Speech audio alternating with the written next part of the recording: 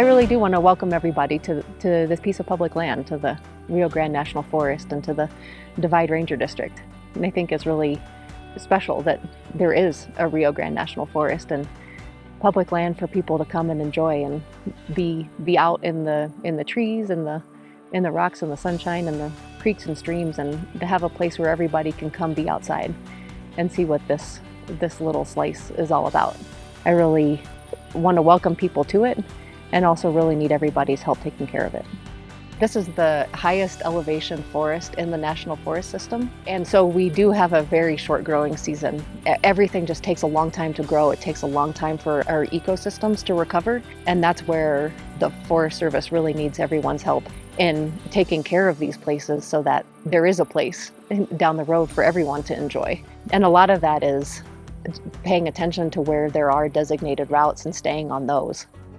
We want to make sure that we don't go around mud puddles, we don't go around rocks or fallen trees if there's snow. If there's obstacles that are blocking the way, it's best that we just turn around. Everybody wants to get out when the weather's warm, and trails and roads on Forest Service often need just a little bit longer. But if you're out there and you find a place where you're heading toward and it's getting muddy, the best option is to turn around, because it's probably not going to get better, right? Like, especially if we're leaving the valley floor and climbing into the mountains, you're just going to encounter more and more snow.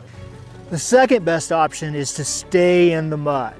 Like, I know that sounds a little bit crazy, but what we see over and over again is people driving off the road to get around a mud puddle.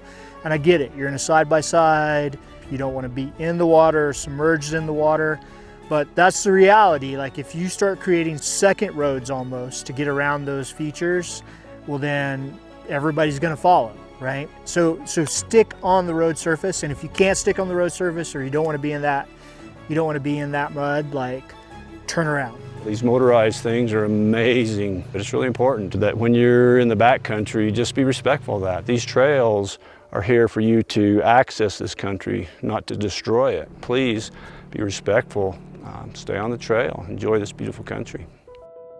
When you're crossing a body of water, be conscious of that. You know, don't tear it up. Just get across the stream and move on down the trail.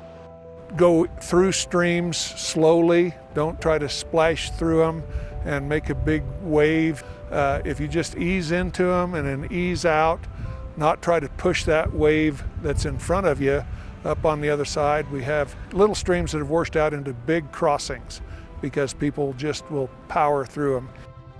Communicate effectively with other trail users.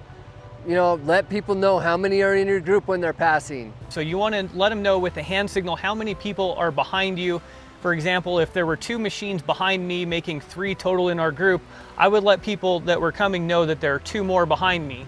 If I'm the last person in my group, I want to hold up a closed fist. That lets people know that I'm the last person in my group.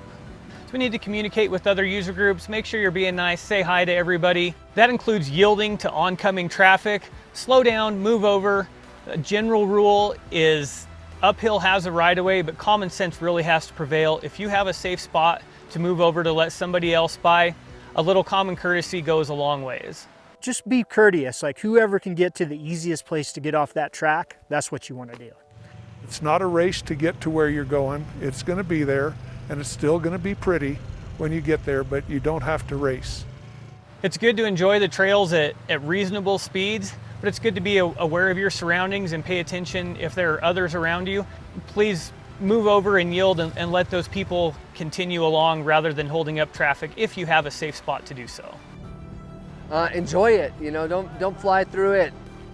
The forest has different designations for widths of vehicles.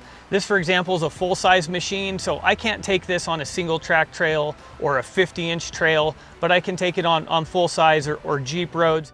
There are quite a few different mapping apps for smartphones, but the place to go to get the official information on what roads and trails are open to motor vehicles is the Forest Service's Motor Vehicle Use Map.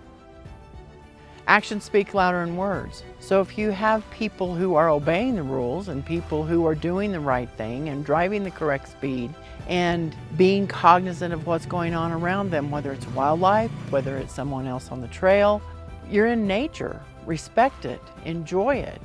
The more people who are out there doing the right thing, the more people are going to go, that's the right thing. So thank you for visiting our forest. Thank you so much for your consideration and helping to preserve it so we can continue to enjoy it for generations to come.